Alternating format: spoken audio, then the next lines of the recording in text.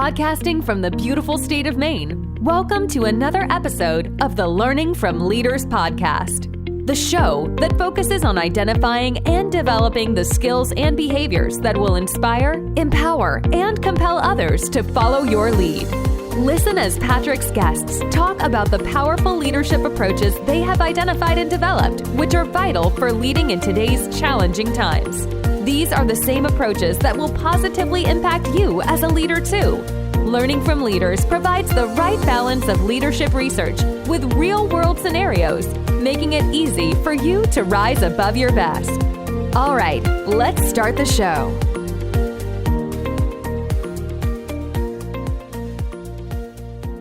Hey everybody, I'm Patrick Veroneau, and thank you for joining me on another episode of Learning from Leaders. And on this episode, if you are an entrepreneur, this is the place to be. We're going to be talking with John St. Pierre. And not only that, we're actually going to be taking a journey, a $100 million journey with John St. Pierre, and talking about his recent book, where he outlines his own entrepreneurial success, talks about his journey that he actually documented so that he could write a book and share his success that he's had. We're going to talk about really starting with the why, the importance of that. He talks about his true north. We're also going to talk about 7 principles that he has outlined for entrepreneurial success. I will tell you, I have had an opportunity to really take a look at my own business in terms of what things can I apply. And there certainly are things there that he speaks to that I know will benefit me as well. So let's get into it. John, I want to thank you for being on the podcast today. I've had an opportunity to take a look at your book, $100 Million Journey. And the title alone, I think, is pretty enticing as we read about that. As I had a chance to look through as well, you talk about your wanting to put together a book that was no nonsense, helping other people, and you talk about some of the failures in there. And as we start this out, I was wondering, was there anything in particular for you as you were writing this and thinking about the failures that even came of a surprise to you, or something that you learned again as you were writing this book? Yeah, for sure. I appreciate that. And thanks for having me on, Patrick. Look forward to the conversation. Certainly, the $100 Million Journey is a big book about failures and learnings and lessons in my entrepreneurial journey. As I was going through and journaling all of that and really thinking through what were all the learnings and all the moments of impact I've had in my entrepreneurial career, the reflection was on the support I got. Mentors along the way, family members, friends, books I read. I quote a lot of books in my book because I had such a massive impact on me personally. Going to leadership sessions and listen to people talk and inspire. There's just so many different moments of impact we have as entrepreneurs. It's unfortunate that sometimes you have to stub your toe and learn some hard lessons in order to get to where you want to go. But all of those lessons and formations meant a lot to me. And then I think more specifically, the icing on the cake was who your friends are when they stick with you when the going gets tough, when they have your back and they stick with you. And that was a big moment of learning as well, as I was reflecting on the whole body of the experience. Who's been with me throughout that entire journey? It was just a fun moment of reflection. Interesting. And I will say, I made the point to note there are a number of books that you cite in here in terms of the journey. And it was interesting to me because several of them I've had as guests on this podcast. So it was even fun to look at those and say, oh yeah, no, I remember that one, Speed of Trust. And so as you were going through this process, what was it that really, I would say, spurred you to want to write the book in the first place? Yeah, I'd say in terms of a little bit of very quick version of the story is 5 years ago, a month ago, I was fired from the very company I had co-founded. I had built for over 15 years to north of $50 million of revenues. And I went into a board meeting and was let go by the board of directors and the investors I had brought into the business. And during that time of massive failure and reflection on what was going on, I started documenting some of my learnings. And if I was to start up a company again, what were the things I'd never want to do again? And how would I learn from this? And I applied those lessons to another business that I was involved with. And we subsequently grew that company to north of $100 million, but doing it the right way. And when I saw that company was on its track to hitting the $100 million mark, I said, you know what, I really got to document this because I never want an entrepreneur to fail the way that I failed and all the pain and suffering that comes with that.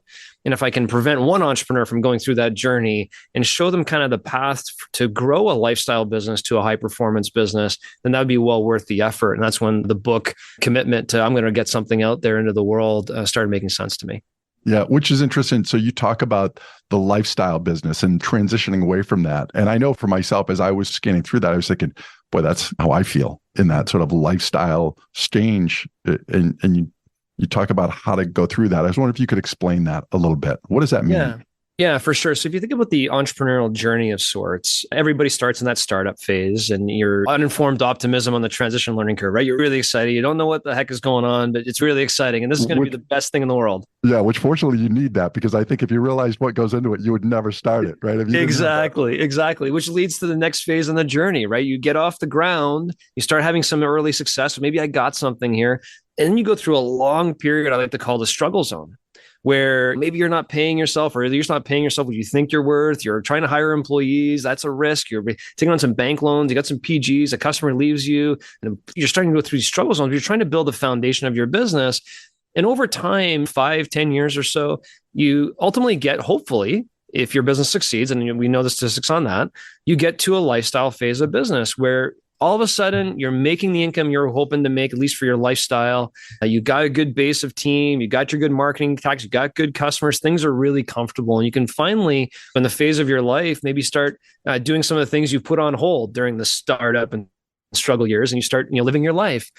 But then you got to make a decision. Okay, now what's next? Am I comfortable being a lifestyle business and generating income and wealth through this business and staying in that spot, which is perfectly fine. That's not a problem.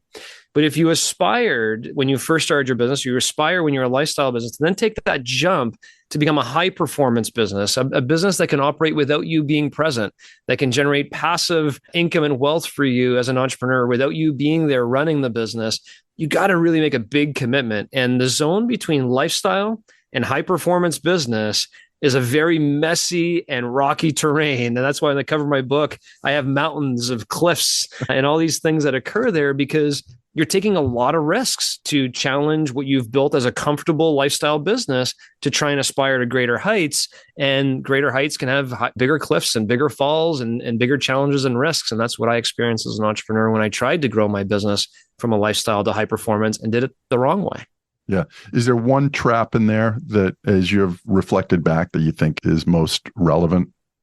Yeah, there is. I have 7 principles in the book, Patrick, and I love all 7 of them. And I think all 7 of them tie to each other very much. But the one principle that was a massive aha for me, and it's a massive aha for most of the entrepreneurs I talk to, is build your own capital. It's principle 2. And a lot of entrepreneurs, there's a gentleman, Alan Mills. He wrote the cash chapter with Vern Harnish in the book Scaling Up. And he runs a company called Cash Flow Story. And he said this to me. He said, most entrepreneurs are reading a murder mystery novel, but they're only reading the first chapter, which is their profit and loss statement. And they think, based on the profit and loss statement, they think they know how they're doing. But once you read through chapters 2, 3, 4, and 5, you ultimately see what's going to happen in this murder mystery. And revenue is vanity, profit is sanity, and cash is king and queen.